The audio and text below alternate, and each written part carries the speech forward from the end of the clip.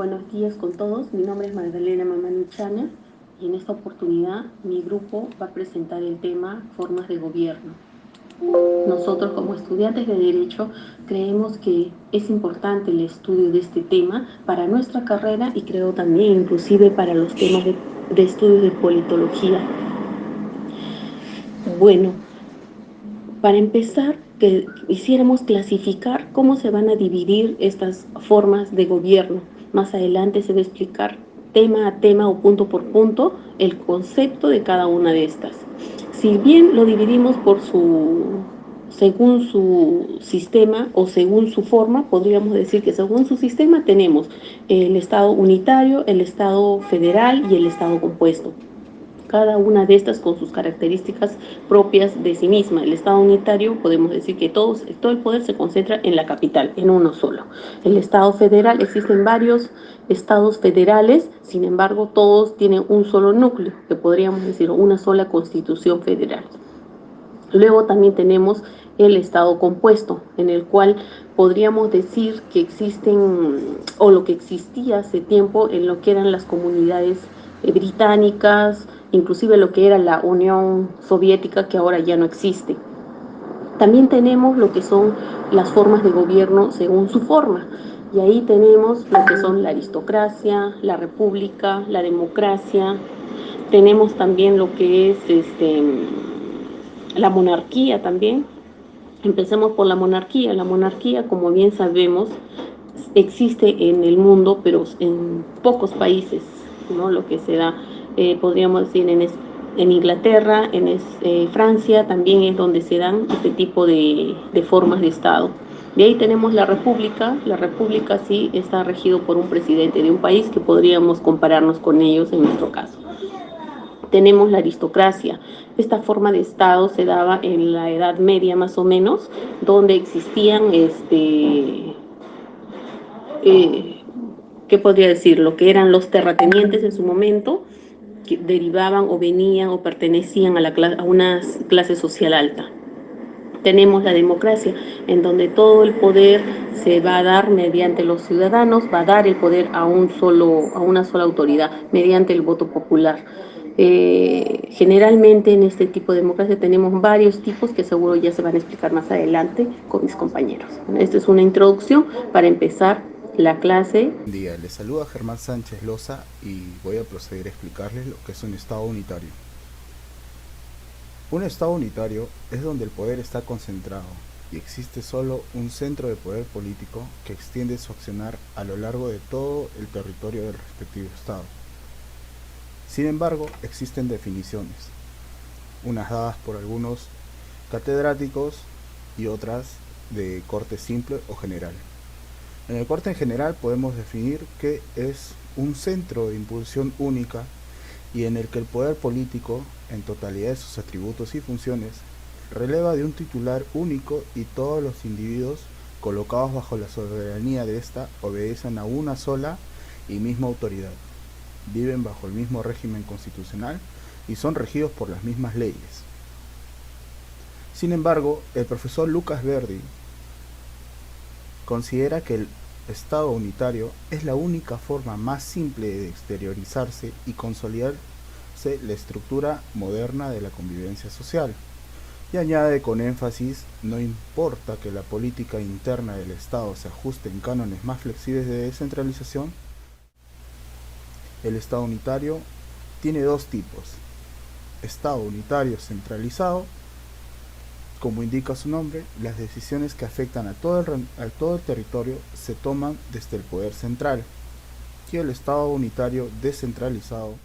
Ejemplos de Estado unitario podrían ser Portugal, Ecuador, Israel y Perú. El Perú, por ejemplo, es un Estado unitario porque tiene su poder ejecutivo, su poder legislativo, su poder judicial. Sin embargo, tiene un solo orden gubernativo y una unidad de dirección en las fases de decisión, acción y sanción. Muy aparte de que se encuentra regido en una sola, y todos estos poderes se encuentran regidos en o partes que reciben diferentes nominaciones. Pueden ser departamentos, comunas, provincias, regiones.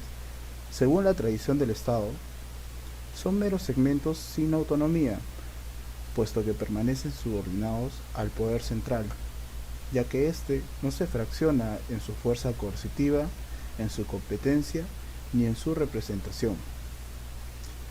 Francia es considerado como el prototipo del Estado unitario, puesto que sabemos que es ahí donde nace la separación de poderes. Sin embargo, es concluido el Estado unitario centralizado y el Estado unitario descentralizado, podemos concluir que el Estado descentralizado también se encuentra dividido en dos partes. Hemos dicho que se establecen los estados unitarios simples. Dentro de ellos no existe ni puede existir una descentralización política, pero en cambio sí puede existir un cierto grado de descentralización administrativa. Este es el permiso del gobierno central para que las autoridades locales o regionales ejerzan potestad de administración de los servicios públicos. Sigamos con el caso del Perú. Si todo estuviera centralizado en la capital de la República, que es Lima, los trámites serían engorrosos, serían largos y muchas veces no serían satisfactorios. Por eso es que el gobierno decide darle algunas potestades a las municipalidades o regiones para que tengan su control interno. Las divisiones de descentralización son la descentralización perfecta y la descentralización imperfecta. En la descentralización perfecta tenemos que los organismos descentralizados toman decisiones en nombre propio y estas no son revisadas ni por el poder central ni por autoridad distinta al órgano. Es necesario la facultad de crear normas definitivas e independientes de la norma central, lo que quiere decir que el poder central reconozca y respeta leyes locales que tienen validez en la región donde fueron legisladas y bajo ningún respecto sean suplantadas por una norma del poder central que tiene validez para el Estado. En la descentralización imperfecta, cuando la norma creada se encuentra distribuida en el órgano central y los órganos locales legislativos también tienen una ley local, puede ser suspendida por una contradicción de la ley central y ser suspendida por esta última, o cuando la ley central tiene que ser ratificada por órganos parciales para que su validez se lleve a efecto en su localidad.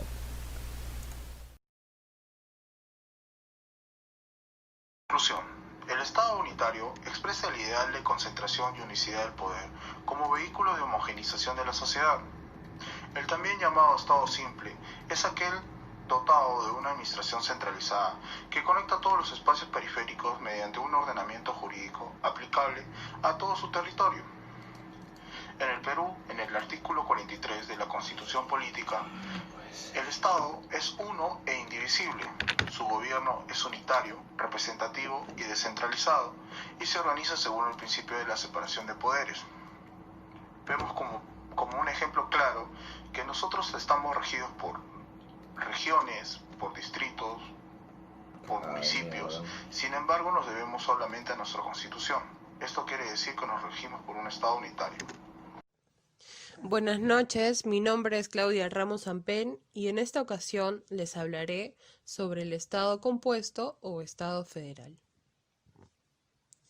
La federación es una permanente tensión dialéctica de dos tendencias a la unidad y a la diversidad, contradictorias entre sí. Según sea la síntesis entre ambas, así será la federación resultante. La tendencia a la unidad se ve propiciada por diversos factores, de los cuales unos son supuestos preexistentes y otros son objetivos que se pretenden alcanzar. Los caracteres de la federación vienen todos a incidir en el hecho de que establece un modo distinto de división de poderes y pretende realizar una unidad del ovario. Así pues, la forma política federal organiza grandes espacios en relaciones de autonomía y paridad entre los miembros. Naturaleza. Hay quienes niegan que la federación sea realmente un Estado, entendiendo que únicamente lo son sus miembros. Para otros, solo es Estado la federación. La opinión mayoritaria defiende la naturaleza estatal tanto de los miembros como de la federación, pero destacando que la organización política resultante es única. La diferencia clave para entender los modelos territoriales de Estado es la existente entre soberanía y autonomía. Soberanía es el poder supremo interno del Estado y el poder independiente de éste en sus relaciones internacionales. Autonomía es la potestad de dictar normas propias que pasan a integrar el ordenamiento jurídico del Estado. En pura lógica jurídica, a un Estado le corresponde una sola soberanía. No obstante, se suele llamar estados a los miembros de una federación y reconocerles cierto residuo de soberanía. Ahora, si bien es cierto, si la soberanía reside en la federación, ella es el único estado, repitiéndose solo por rutina su definición como estado de estados. Es cierto que el denominado Estado miembro tiene poder constituyente, sin embargo, se trata de un poder constituyente constituido, no originario, además delimitado porque, una vez establecida la federación, dicho poder tiene en la Constitución Federal su fundamento y su límite.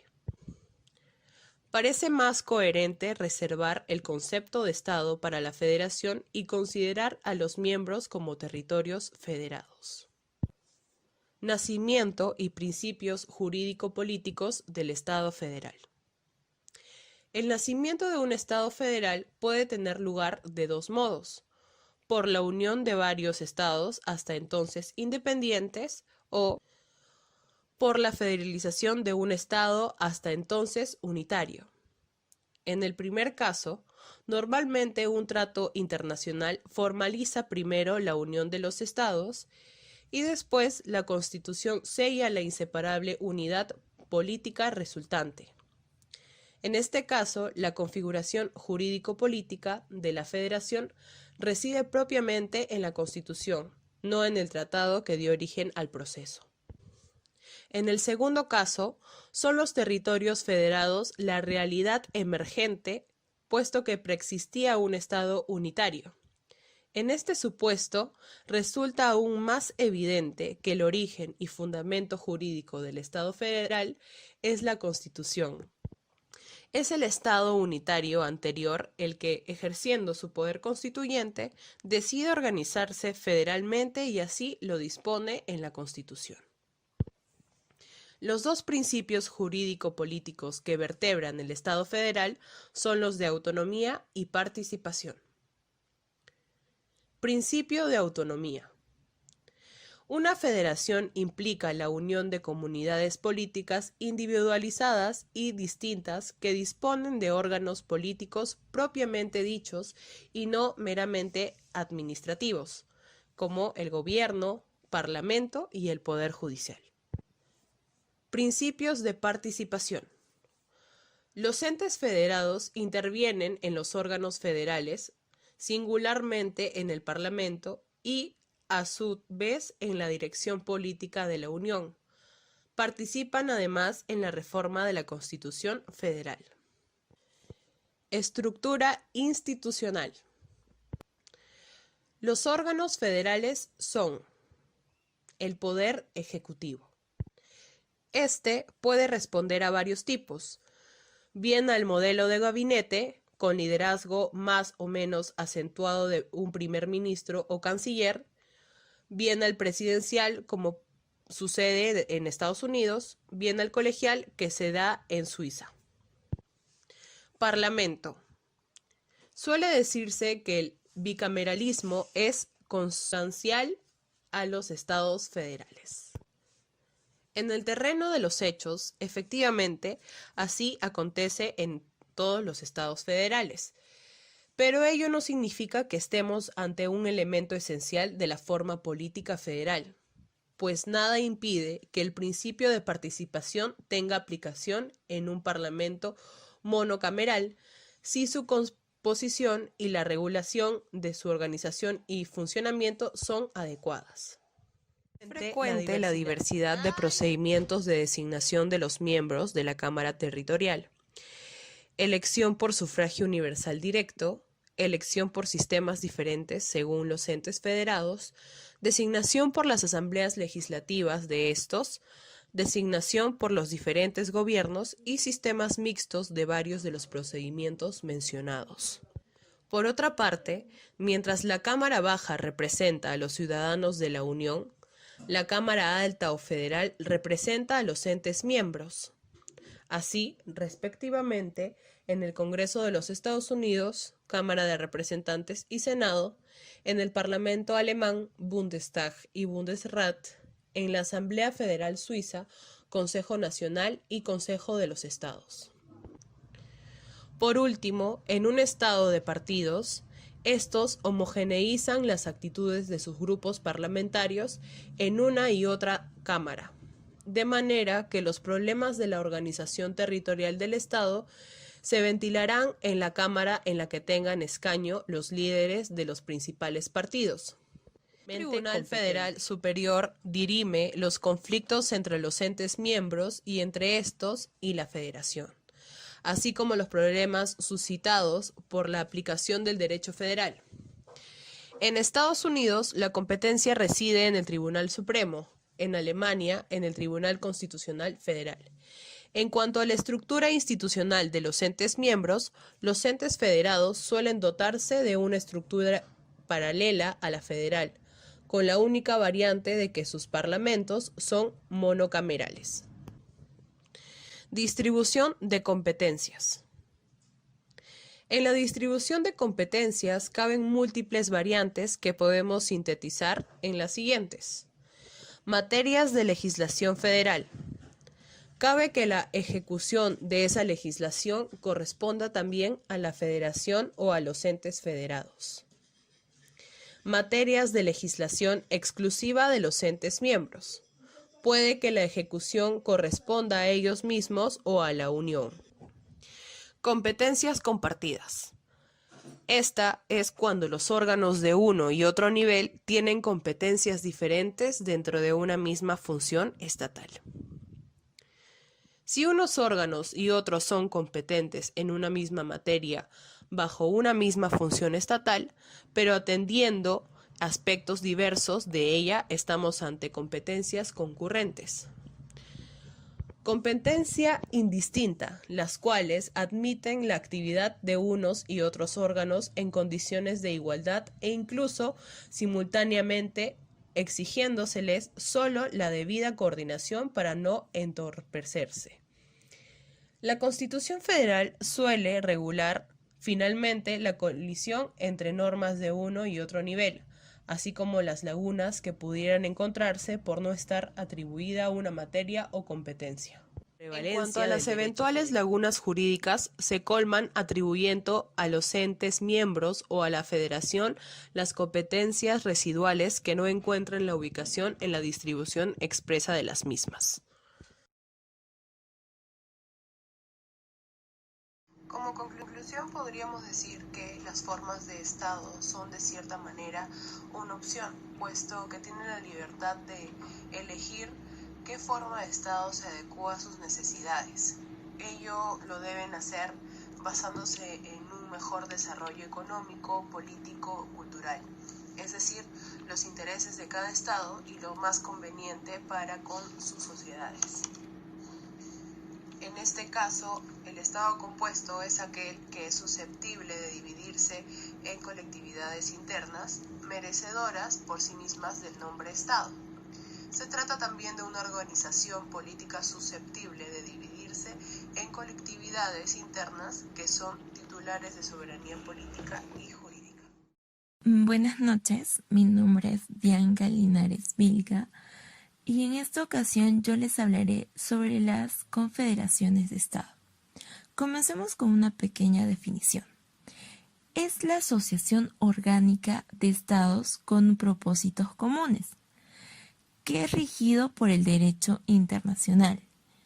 A su vez, también podemos decir que formaliza a través de un pacto interestatal y tiene intenciones de perpetuidad.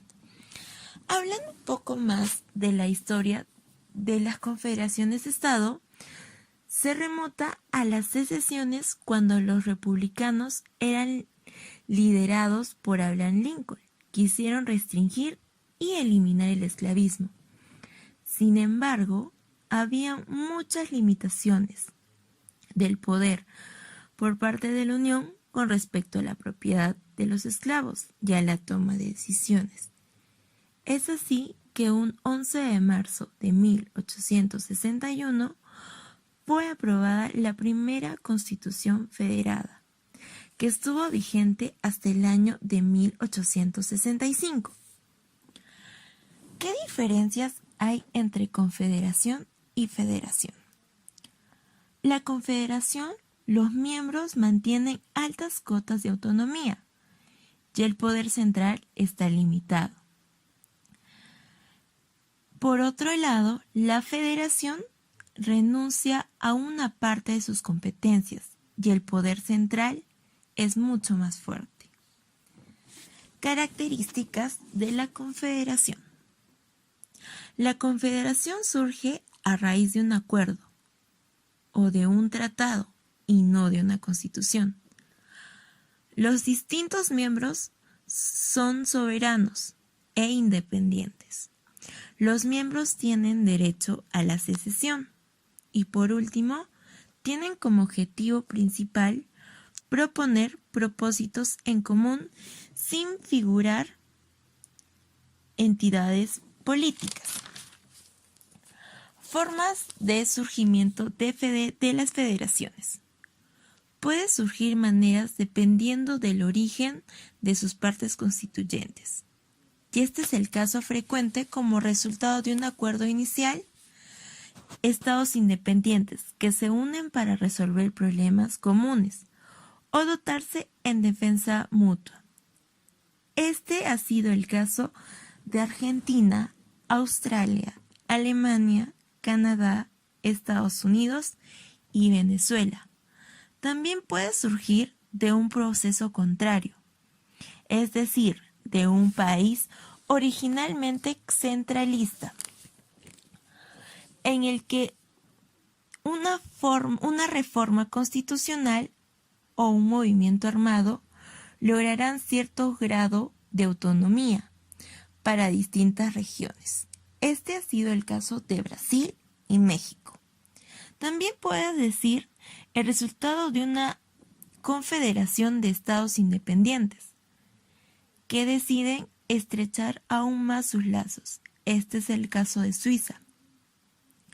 Y por último, puede surgir como una federación de federaciones, aunque este esquema funciona más como un organismo internacional que como un Estado nacional.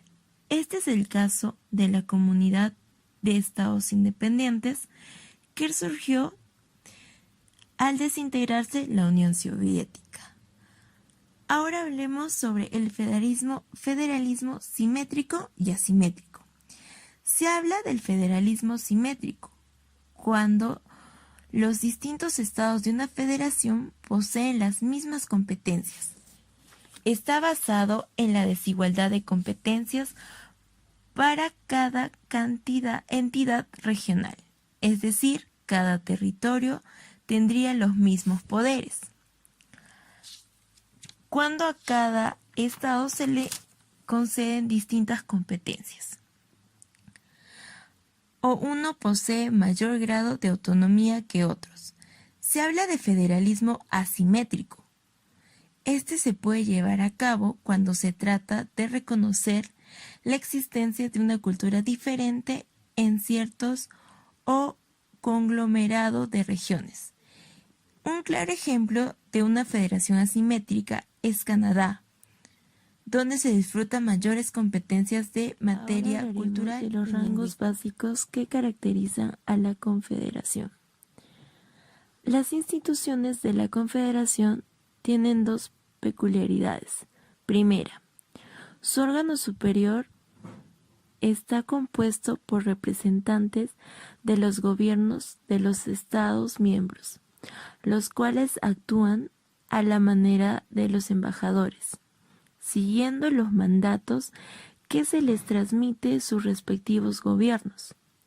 Segunda, la forma dictadas por confederaciones solo obligan directamente a los Estados miembros, no a los ciudadanos, los cuales obedecerán en la medida que sus respectivos estados les obliguen a ello.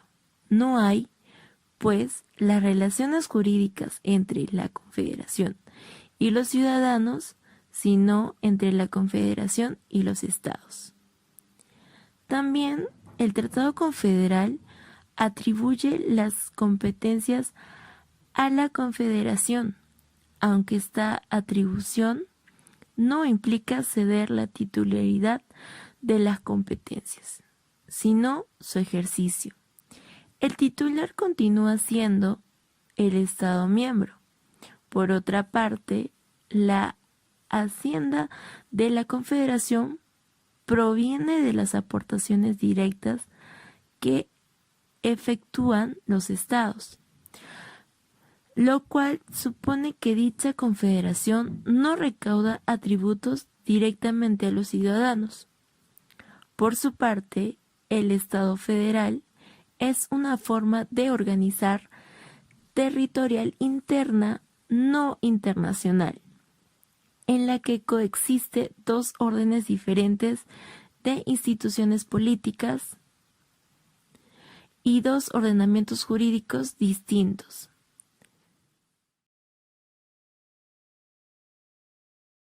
Dar en conclusión que una confederación puede consistir también en una serie de estados, que mientras en ciertos aspectos puntuales comparten soberanía temporalmente, son considerados totalmente soberanos y mantienen los derechos a separarse unilateralmente. En ocasiones, una alianza mínima, pero en otros casos, la distinción entre una federación y una confederación puede ser ambigua.